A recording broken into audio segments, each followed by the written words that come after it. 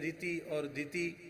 दिति ने असमय में अपने पति से संतान की याचना की और उनके गर्भ में सनकादिक भगवान के शाप से शापित जय विजय ही गर्भ में हिरण्यकशिपु हिरण्याक्ष के रूप में आए। 100 वर्ष तक माता दिति ने गर्भ में इन्हें धारण किया। ब्रह्मा जी के कहने से जन्म दिया। ब्रह्मा जी ने ही नामकरण किया। जिसका पहले जन्म हुआ था उसको छोटा माना गया और जिसका पीछे जन्म हुआ था उसे बड़ा माना गया। बहुत ध्यान से सुने ये बात। जब जुड़वी संतान हो तो जुड़वी संतान में बड़ा छोटा कौन है? तो लोग यही कहेंगे ये इतने मिनट बड़ा है, ये इतने मिनट छोटा है, और ये बात गलत है। जिसका पहले जन्म हुआ वो छोटा है और जिसका पीछे जन्म हुआ वो बड़ा है। ऐसा क्यों? ऐसा इसलिए कि जिसका पीछे जन्म हुआ है उसकी गर्भ में स्थिति पहले हुई और जिसका पहले जन्म हुआ है उसकी गर्भ में स्थिति बाद में हुई। भले ही कुछ क्षण का अंतर पड़े पर अंतर पड़ा है। इस सूक्ष्म विचार को ऋषियों ने किया है।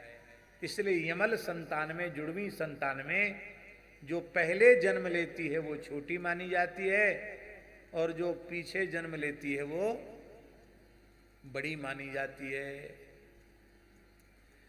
अंग्रेजों का जमाना था, कलकत्ता में हाई कोर्ट था और सुप्रीम कोर्ट लंदन में था। उस समय एक बंगाली बाबू थे, बहुत बड़े बैरिस्टर थे, गोपाल बाबू नाम था उनका। हमारे पहाड़ी बाबा के शिष्य थे गोपाल बाबू। तो एक रियासत का केस हाई कोर्ट में पहुंचा। राजा साहब मर गए थे, उनके 2 लड़के जुड़वे थे।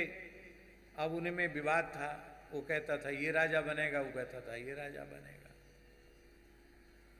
तो स्वाभाविक है जिसका पहले जन्म हुआ उसी को बड़ा माना जा रहा था। उसी के पक्ष में सब थे।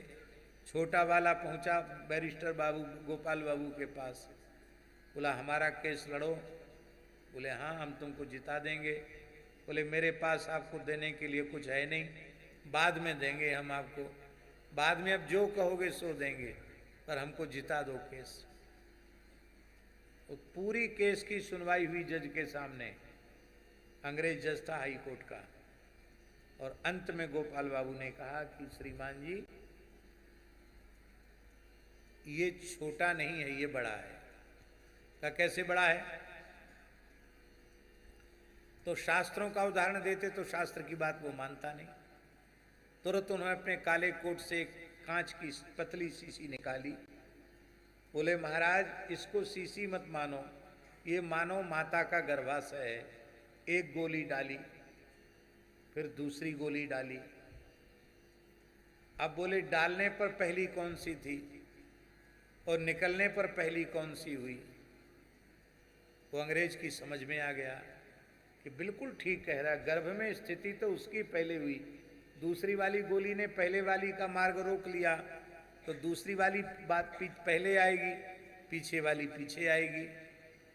फैसला हो गया। और जिसको सब लोग छोटा कह रहे थे, रियासत का मालिक वही बन गया।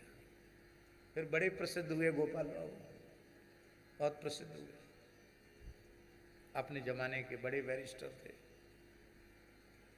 धर्मशास्त्र में बहुत सूक्ष्म चिंतन, व्यवहार का भी चिंतन खूब सूक्ष्म